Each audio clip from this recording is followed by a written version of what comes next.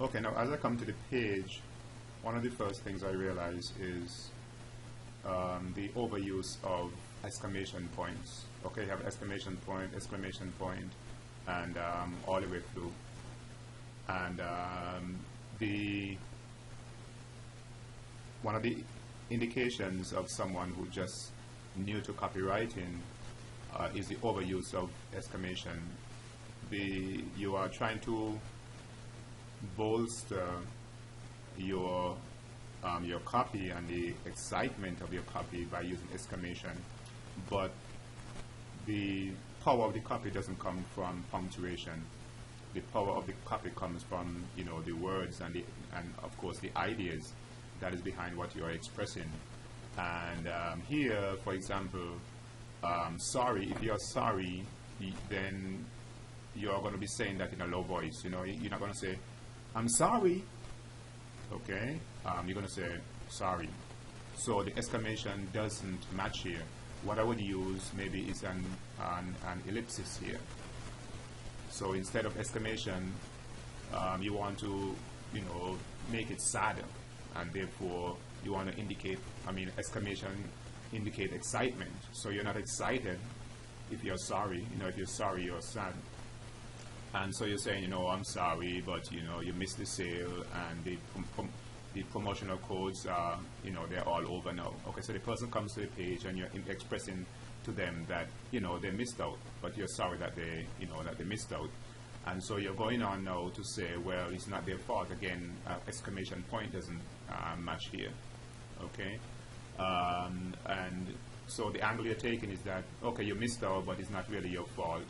And the reason why things didn't work out was because you're not a part of the list.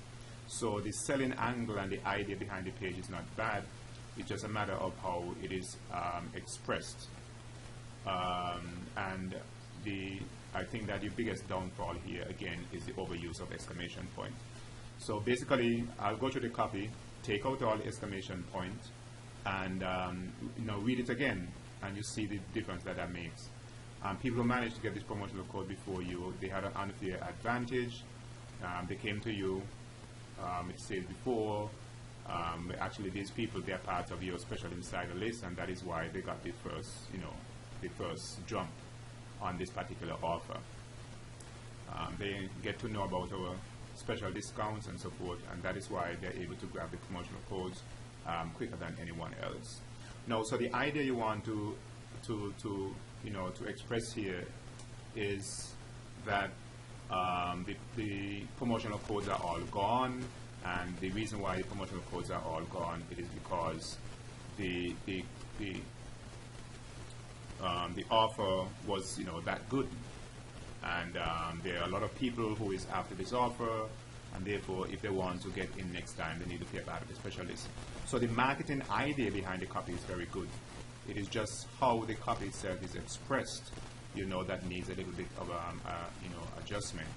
And it is it is the whole bandwagon idea of oftentimes marketers would say, well, our website went down, the bandwidth couldn't handle the amount of people, and the selling idea is that this is a popular